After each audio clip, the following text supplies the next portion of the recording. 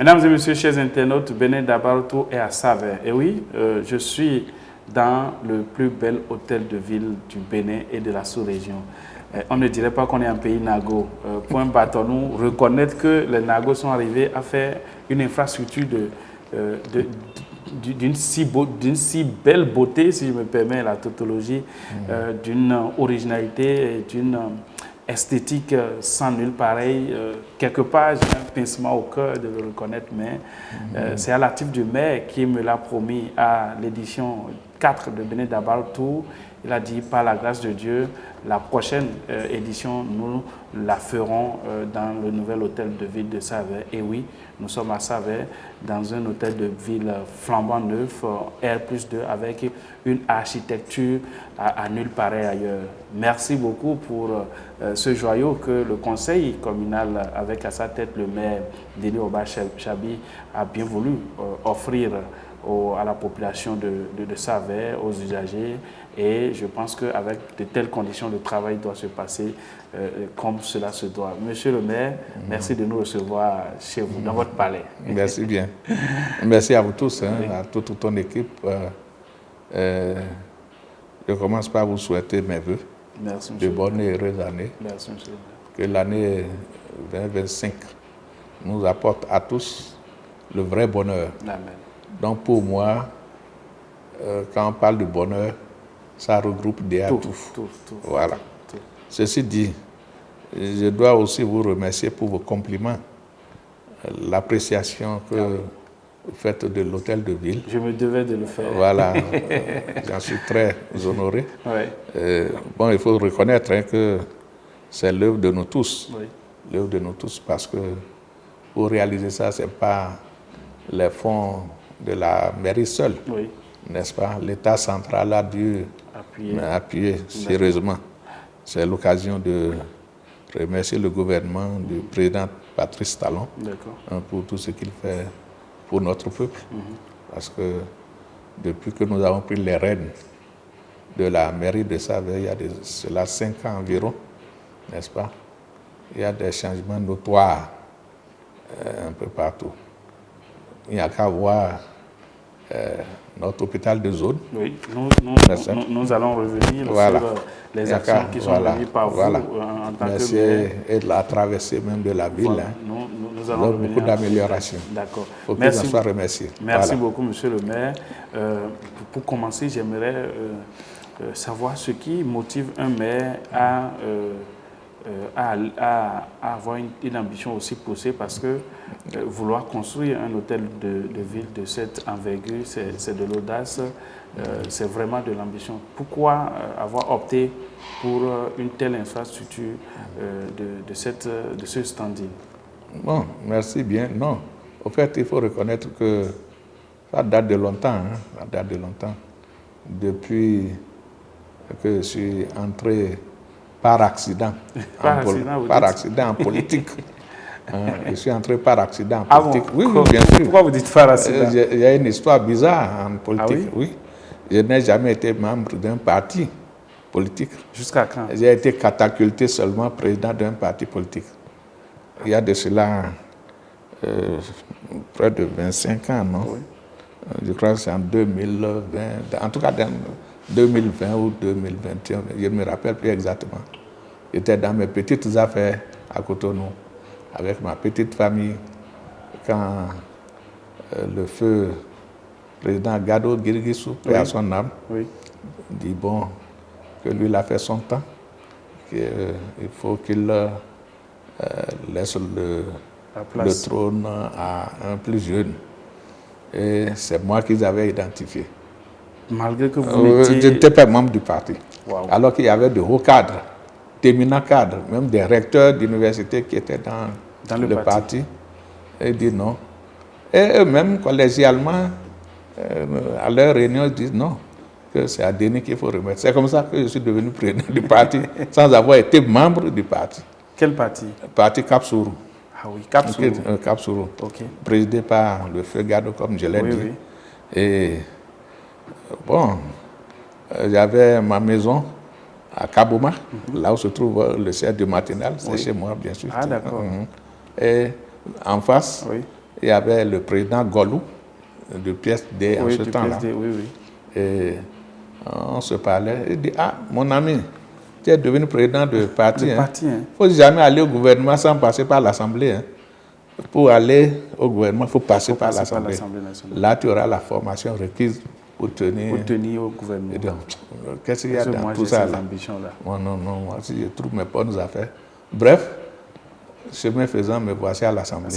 En 2007, je crois. Oui. Je suis arrivé, j'ai fait les 4 ans. Et quand je finissais, j'ai écrit au président d'alors. Le président Yahibouni, je lui ai dit, Monsieur le Président, toutes mes considérations, je ne suis plus prêt à reprendre l'expérience de l'Assemblée. Je l'ai écrit avant d'aller aux élections. Je lui ai dit, moi, ça ne m'intéresse pas. C'est comme ça. Mais ils ont insisté pour que je sois dans la liste quand même, pour que les nôtres puissent voter. Voilà. Oui. Donc, effectivement, j'ai été. Et quand on a fini, il était le suppléant du ministre Tchabi Zakari, que vous connaissez très bien. Lui, on devait l'envoyer en France, à l'UNESCO, et moi encore à l'Assemblée. J'ai dit non. On s'est déjà entendu. Que je ne retourne pas là-bas. Bon, donc depuis ce temps-là, depuis 2007, j'étais déjà dans la politique. Le maire de 2008, le doyen Adimi, c'est pas... Il était issu de votre parti. Voilà, pas nécessairement, mais c'est nous qui l'avons soutenu principalement moi, pour qu'il soit maire. Et c'est depuis ce temps que j'insistais, j'ai dit, il faut tout faire pour que nous puissions ériger l'hôtel de ville, digne de ce nom.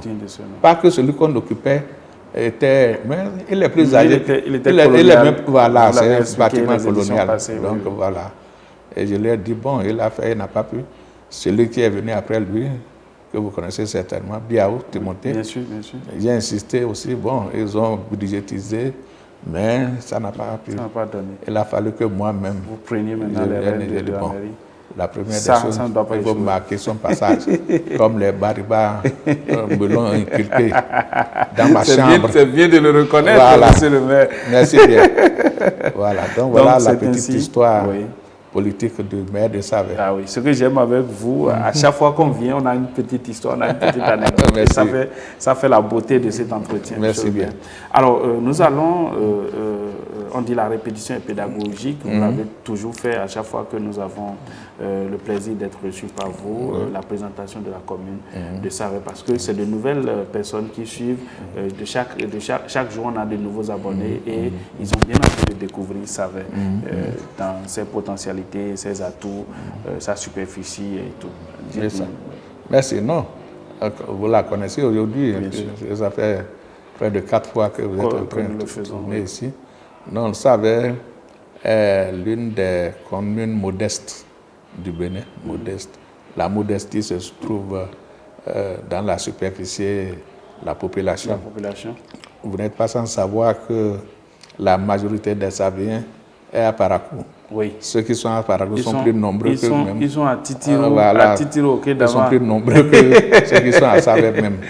Donc, ce qui fait que notre population aujourd'hui environne 100 000, 110, 120.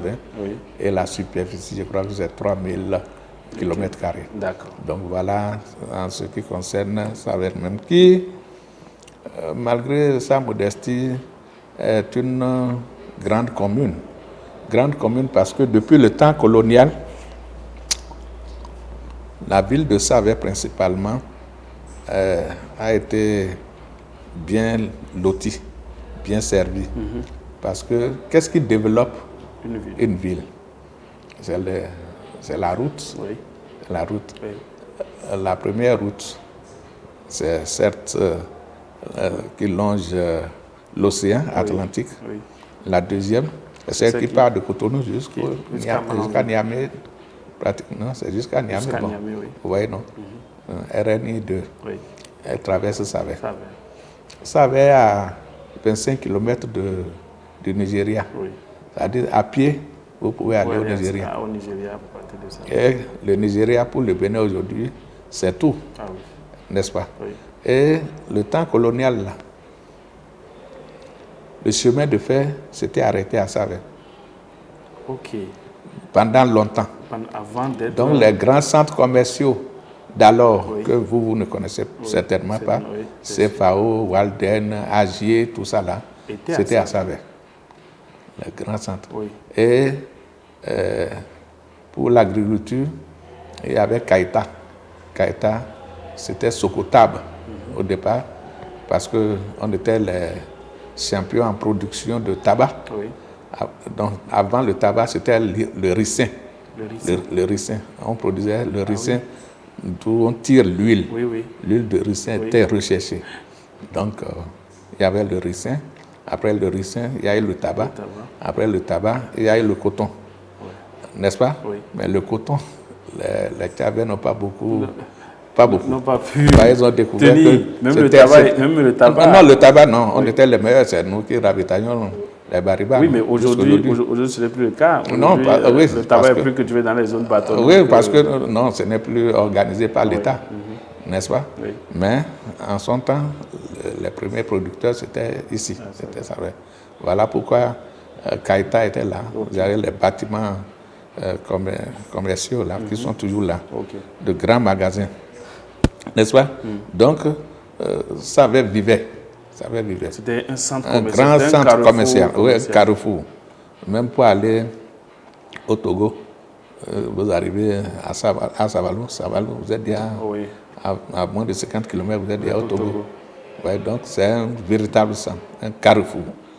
Et la majorité des Tchadais, c'est des commerçants, de grands commerçants, à cause du Nigeria, bien sûr.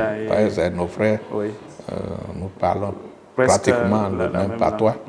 Et puis, bon, voilà, tout était florissant quand même.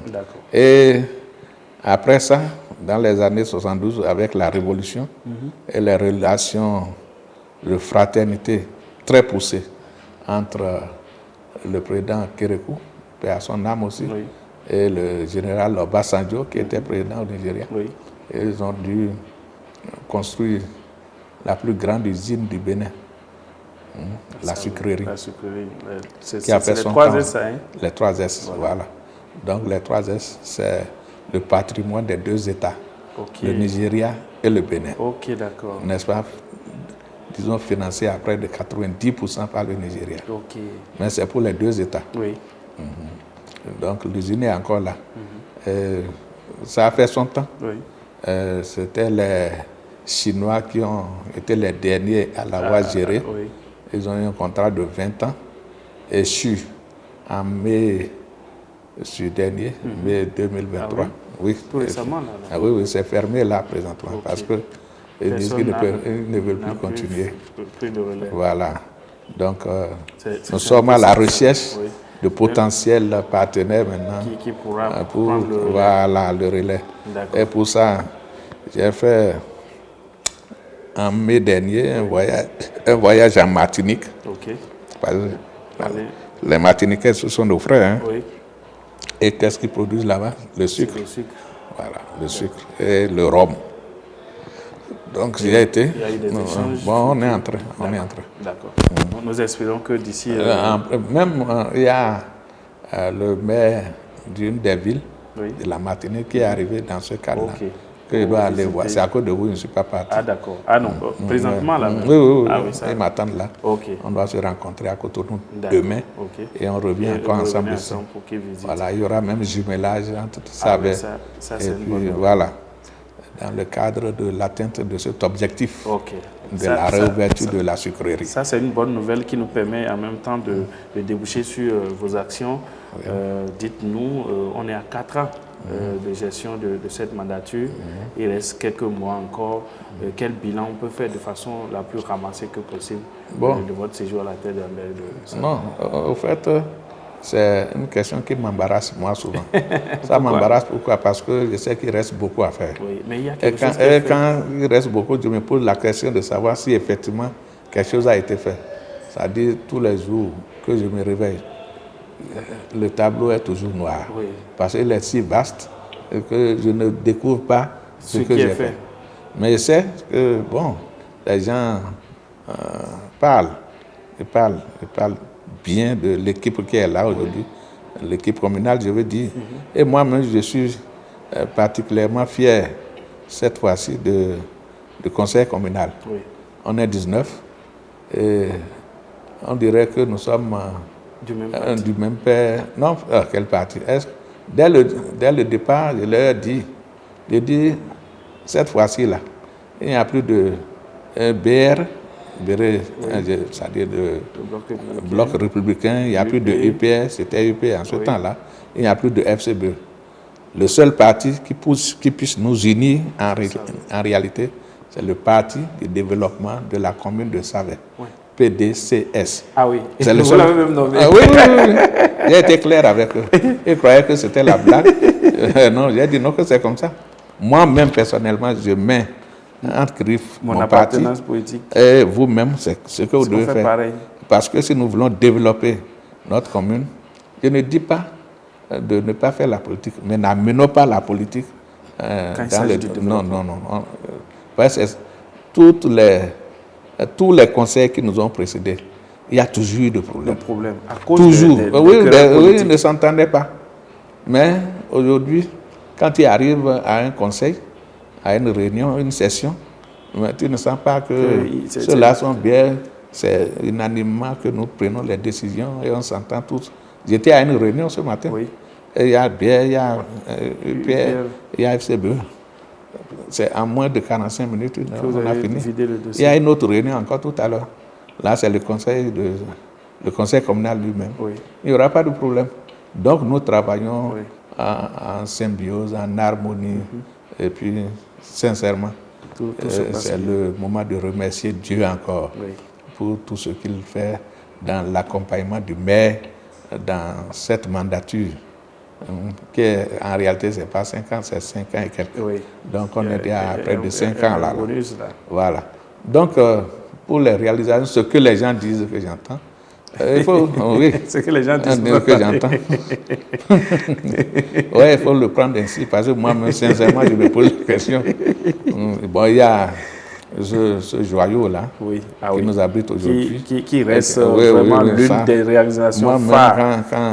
Quand vous voyez tous ceux qui viennent s'y plaisent. Et Dieu seul sait que les membres du gouvernement doivent défiler ici, par dizaines. Et bientôt le chef de l'État même pour la tournée qui a annoncé. Lui a prêté une chambre, il va passer une nuit. Parce qu'il faut le féliciter pour ça. Donc vous voyez, bon, nous avons construit des écoles. L'hôpital de zone, c'est en notre temps, la traversée Savès n'a jamais de goudron, sauf l'inter-État là. Oui, c'est ça seul. Et c'est arrivé quand c'était dans les années 80, 90, qu'ils ont fait le goudron. Sinon, le goudron de Cotonou s'arrêtait à Boycon. Après Boycon, Dassa. Et maintenant de Dassa jusqu'à Parakou. Je crois que c'est autant de Kérékou. Bon, non, 80, 90. Et c'est nous, à notre temps, que le goudron est rentré dans Savès. Aujourd'hui... C'est quoi vous dites rentrer dans Savès là? La ville de Savès, vous voyez? Ah d'accord, ce qui... ça là, c'est une traversée. Mais nous-mêmes, dans Savès, aujourd'hui, tu veux rouler sur le goudron. La ville de Savès. Il y a des rues bitumées. Bien sûr, bitumées. Voilà. On a pas moins de 10 km de bitume dans la ville, Bien sûr. Et tout ça, ça a été fait bien sûr, en notre temps là. Oui, avec le président Patrice Talon. Et c'est ça qui va jusqu'à Kétou. C'est ça qui va à la frontière du Nigeria. Bien sûr. Pour aller au Nigeria, les 25 km dont je vous ai parlé tantôt, c'est bitumé. Bien sûr. Vous voyez? Et ce qui fait plaisir, beaucoup plaisir, qui m'honore moi-même, sincèrement, c'est l'électricité et l'eau. On en avait, mais la demande n'était pas satisfaite. La demande n'était pas satisfaite, surtout en eau. Je parie que aujourd'hui, toute modestie gardée, je ne vois pas ce quartier qui soit loin d'un point d'eau. Avec le grand barrage qu'a construit le gouvernement central, un barrage de près de 2 millions de mètres cubes. Voilà, c'est dans Savès là. C'est grand. On appelle le village Ayedjoko. Donc ça alimente, c'est l'eau de Ayedjoko que nous vivons aujourd'hui. Et il y en a partout. Ça pouvait... Bon, il y a de petites zones, mais c'est insignifiant. Vous voyez, l'eau, dans ça, je parie que dans 20 ans, 25 ans, 50 ans, on ne doit pas avoir problème d'eau. Ça, c'est réglé. L'électricité, si vous avez du temps, faites un tour. Il y en a même dans les coins les plus reculés. Ce n'est pas encore, il y a baisse de tension parce que les transfos ne sont pas encore installés. Et bon, ça a été retardé par Covid et puis la guerre de l'Ukraine. Donc c'est tout ça qui nous a déstabilisés. Sinon, l'électricité aussi serait déjà au top niveau. Même ici aussi, vous avez vu, les deux appareils qui sont allumés là, cependant il fait chaud. Donc la baisse de tension est manifeste. Ça se fait sentir. Et c'est embêtant. Bon, mais on fait avec. Je parie que d'ici quelques mois, 3, 6 ou plus, ils auraient installé déjà les transfos. Et on va dire, Inch'Allah. Alors, nous sommes à quelques mois de la fin de votre mandat, mais c'est sûr que vous avez encore des perspectives, il y a des actions que vous tenez coûte que coûte à réaliser, ou vous avez des amorcés qui seront finis avant la fin de votre mandat. Dites-nous. Oui, ça, je vous ai dit que quand je me réveille tout le matin, je vois le tableau. Il est si vaste que moi-même, je me perds dedans. Vous voyez, non? Donc, il reste beaucoup à faire. Hein. Le plus urgent pour nous, et celui qui nous tient effectivement à cœur, c'est le pont sur le fleuve Opara. Parce que pour aller au Nigeria, pour aller à Lagos, aujourd'hui, vous pouvez vous réveiller à 5 heures, aller à Lagos et revenir le même jour de Savè. Les gens le font, mais c'est encore pénible. Parce qu'il y a le fleuve Opara. Le fleuve Opara qui part de Perere là-bas. L'embouchure, c'est quelque part chez nous ici. Voilà, Kilibot, jusqu'à Savè, puis c'est quelque part là. Donc, chez nous ici, il n'y a pas de pont. Alors que ce pont-là est d'une importance capitale. Pour pouvoir c'est ça. Même pour les commerçants comme pour l'État. Comme pour l'État, parce que l'État, c'est un État fiscal. Bien sûr. Vous voyez, non? La douane, malgré l'inexistence du pont, ce que rapporte la douane de Savè n'est pas petit. C'est des milliards, n'est-ce pas? S'il y avait ce pont, j'avoue que ça va dépeupler les ressources. Voilà. Et je sais que même les Togolais passent par ici pour aller au Nigeria, les Ghanéens, tout ça. Donc, il suffisait seulement de construire un pont là. On va régler beaucoup de problèmes. Donc, pour ça, je prie Dieu de m'aider, même si on ne peut pas terminer, au moins que l'on commence cette année 25. Le président nous l'avait promis, le président de la République, il nous l'avait promis, mais je sais que les temps sont durs aujourd'hui avec la fermeture de la frontière. Tout est devenu serré. Mais on va prier. Vous gardez espoir. Voilà. Merci beaucoup, monsieur le maire. Alors, cette édition, nous parlons de l'agriculture et des changements climatiques et quel impact pour la sécurité alimentaire au Bénin. Dites-nous, quelles sont les productions agricoles qui sont faites dans votre commune? Bon, dans ce domaine-là, ce que je sais, l'avancée du désert est manifeste. L'avancée du désert, ça se fait sentir à Savè parce que dans les années 60-70, il y avait 2 saisons de pluie et 2 saisons sèches à Savè. Ah bon? Bien sûr. Comme à Cotonou, c'est comme ça ici. 2 saisons pluvieuses, 2 saisons sèches. Mais depuis plus de 30-40 ans, ce n'est plus ça. Vous avez rejoint le climat du Nord. Du Nord. On est à une saison pluvieuse, une saison sèche. Mais cela ne nous empêche pas de nous adonner aux travaux agricoles. N'est-ce pas? Les paysans qui sont là font de leur mieux. C'est l'agriculture de subsistance. Et puis, bon, un peu les produits tropicaux, surtout l'anacade, et ces derniers temps le soja. N'est-ce pas? C'est de grands producteurs d'anacade, de soja. Ça. Bien. Maïs, bon, comme ça, c'est pour l'alimentation, mais ce n'est pas trop pour l'exportation. Oui. On exporte bon un peu. Mais notre alimentation de base aujourd'hui, c'est le maïs, le manioc, l'igname. Oui. Ça là, on n'en importe pas. C'est bien pas mal. Sur place. C'est la production locale. D'accord. On arrive au moins à satisfaire les demandes et je pense que ça se passe bien. D'accord. Alors, seulement que la modernisation n'a pas encore atteint le domaine de l'agriculture comme il se doit. Oui. Parce que pour ça, il faut le reconnaître, hein, l'État central fait beaucoup. C'est-à-dire les grands projets dans le ministère de l'Agriculture, il n'y en a pas de les grands projets de financement, d'accompagnement des paysans du monde agricole, sincèrement. C'est le ministère qui a beaucoup de projets, et des milliards, des centaines de milliards. Il y a plusieurs projets qui interviennent dans l'agriculture. Oui. Et on incite la jeunesse à s'adonner aux travaux agricoles. Bon, ça a pris, hein, mais ce n'est pas encore ça. Pas encore ça. Pas encore Alors, ça. qui parle d'agriculture parle de climat, parle des précipitations, tout. Vous venez de dire, jadis, ça avait deux saisons. Aujourd'hui, c'est réduit à une saison, une saison sèche. Dites-nous, comment se manifeste alors le changement climatique et quel est son impact sur les productions agricoles? Oui, vous devez comprendre.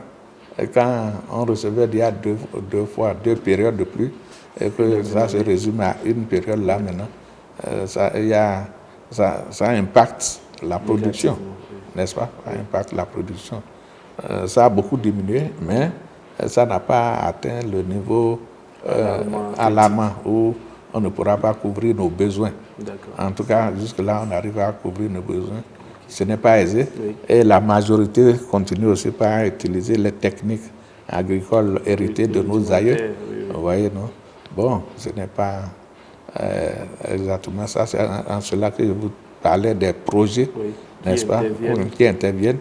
Mais les conditions sont un peu draconiennes. Vous voyez, c'est ça qui fait que ça traîne un peu. Alors, mais nous y veillons. D'accord. Qu'en est-il alors de la sécurité alimentaire? Bon, à ce niveau, le problème ne se pose pas. Il faut le reconnaître. Oui. La sécurité alimentaire est garantie ici. D'accord. Voilà. Tout le monde mange à sa faim. Ah bien sûr, même si tu veux l'igname pilé, à n'importe quelle heure tu manges. J'espère pouvoir trouver un bon plat d'igname pilé tout à l'heure. Ça, je suis obligé de te l'offrir. Ah oui. Merci beaucoup, monsieur le maire. Alors, cette année, Béné Dabaltou a un partenaire, le groupe KDK, Kidani Dada de Péchou, qui a une ferme dans la commune de Tchaourou, un lycée et une université agricole à Parakou. Alors, dans le partenariat qui nous lie avec le promoteur, M. Charles Toko, l'honorable Charles Toko, il met à la disposition de toutes les communes qui vont nous recevoir 2 demi-bourses de formation, une pour le lycée agricole et l'autre pour l'université agricole. Donc, tout à l'heure, à la fin de l'émission, nous allons vous remettre vos 2 demi-bourses. Dites-nous quelles sont vos impressions. Non, par rapport à ça, je ne peux pas le remercier. Ah oui, je ne peux pas, et je ne dois même pas le remercier. Ah bon? Il devait déjà clarifier à votre niveau les choses avant que vous n'arriviez. À savoir, parce que d'abord, vous ne le savez pas. Il le savait aussi. Ça, vous ne le savez pas. Non, il n'est pas Tchave. Ah, il est Tchave. Lui-même, il sait qu'il est Tchave. Tu sais qu'il est de Manigri, tu ne sais pas. Il est de quoi tu ne sais pas qu'il est de Manigri. Bon, donc, non seulement ça, ça avait pour lui, il ne peut pas nous envoyer 2 bourses. Vous lui retournez ces bourses et qu'il aille lui-même me les remettre. Que lui-même vienne pour remettre 2 demi-bourses. S'il est courageux, comme il est bon, Bariba, il n'a qu'à venir ici. Je lui transmettrai. On verra s'il va repartir avec sa tête. Bon, il y a de quoi le remercier parce que je sais que ce n'est pas aisé. Offrir des bourses, même si c'est le quart des bourses, c'est il faut beaucoup d'efforts. Et pour 77 communes, il est à féliciter. Nous lui souhaitons beaucoup de courage et de réussite surtout, parce que cette œuvre qu'il est en train d'entreprendre, je sais, c'est un investissement gros. Et quand il avait commencé, j'étais contre. J'étais très contre. Et je lui ai beaucoup parlé, j'ai dit non, tu ne peux pas aller investir dans l'agriculture. En Europe, aux États-Unis, c'est parce que là-bas, les gens donnent des subventions. Oui. C'est les subventions. Appuient les beaucoup. Vous voyez, non? Et les aléas climatiques, tout est suivi par l'État. Et quand vous faites et malgré ça, si vous faites des pertes, on vous dédommage. Oui, bien sûr. Vous voyez, non? Bien sûr. Mais vous pensez que nous, on a atteint ce niveau-là? Pas encore. J'ai été dans la ferme dont vous parlez là, mais il a investi, c'est des milliards, il a enterré là. Sérieusement. Et je lui ai donné l'exemple de tous ceux qui l'ont précédé. Mais c'est déjà heureux aujourd'hui qu'il en fait une université, une école technique. Je crois qu'on va lui souhaiter beaucoup de courage. Merci beaucoup. Et bonne chance à lui. Merci beaucoup, monsieur le maire. Alors, avec vous, c'est toujours intéressant que je n'aime pas que l'entretien s'achève, mais c'est une question de temps. Monsieur le maire, votre mot de la fin. Non, le mot de la fin, bon, disons que c'est le peuple béninois, en général le peuple tchabé aussi, parce que vous n'êtes pas sans savoir hein, que l'année prochaine, déjà même cette année, les hostilités vont commencer. Et je ne souhaite pas que nous puissions revivre les expériences passées. Je sais que nous avons œuvré hein, pour pacifier le pays et surtout notre zone. Et je sais que ça se passerait bien. Ça se passera bien et on va toujours y veiller. On va toujours y veiller. Et la belle preuve, la semaine dernière, ils ont allumé une étincelle que j'ai vite éteinte. Il y a une mosquée dans Saveville et l'imam qui prêchait vilipendait une congrégation des Oro. Vous voyez, vilipendait, j'ai bien dit vilipendait la congrégation des Oro. Vous connaissez le fétiche Oro, voilà. Donc l'autre dit non, qu'il n'y a rien là, mystification, alors que c'est dangereux. Vous voyez, non, il a allumé. Il a dû prendre 2 arrêtés. Le premier arrêté, c'est la fermeture de la mosquée pour le temps de trouver qu'ils s'entendent, une solution entre eux. Et l'imam qui a prêché, lui, il est suspendu pour 6 mois. Voilà. Il ne doit plus prêcher dans la commune de Savé. Donc, comme ça, les autres vont tirer le son. Voilà. Parce que ce n'est pas eux seuls. Il y a certains chrétiens aussi qui vilipendent les religions. Donc il faut, nous, on ne veut pas ça ici. On sait quand ça commence. Non. Chacun est libre de bien sûr, mais dans toutes les familles, il y a tout. Hein. Quand vous prenez la princesse avec qui vous allez partout, demandez-lui. Dans sa famille, il y a des chrétiens, des catholiques, des protestants, des musulmans, même des féticheurs, comme chez moi aussi. Ma petite soeur, celle qui me suit directement, elle est musulmane. La grande soeur de mon papa, elle est musulmane. La petite soeur de ma mère, elle est musulmane. Moi-même, j'ai une soeur qui est fétiche. Donc, il y a tout. Comment vous voulez que dans ces conditions-là, on commence par se vilipender? C'est pour obtenir quel résultat? Surtout ces derniers temps-là, on n'a pas besoin de ça. Donc que le peuple comprenne que nous devons tout faire pour éviter la violence. La violence ne règle pas les problèmes. Même quand vous suivez au niveau mondial, regardez la guerre entre l'Ukraine et la Russie. Comment ils vont terminer là maintenant? Ils sont obligés d'aller autour d'une table. Alors que ils ont déjà fait beaucoup de millions de morts. Vous voyez, non? Alors que vous avez déjà tué beaucoup, inutilement. Pourquoi ne pas s'asseoir et trouver la solution très tôt. Vous voyez? Donc, j'estime que nous devons comprendre, une fois pour de bon, que nous devons régler nos problèmes de façon pacifiquement, avec les négociations. On n'a pas besoin d'en venir aux armes et autres là. Quoi qu'il en soit, quoi que cela coûte, réglons nos problèmes pacifiquement. C'est important. Merci beaucoup. Je vous remercie. C'est avec ce message de paix, d'appel à la paix et la cohésion sociale que nous mettons un terme à cet entretien avec le maire de la commune de Savère. Nous avons parlé de la thématique de cette édition. Nous avons également parlé des actions du gouvernement et celles du conseil communal de Savère. Merci de nous avoir suivis et je vous invite à découvrir quelques clichés du nouvel hôtel de ville de Savère à la fin de cette émission. Au revoir. Merci bien.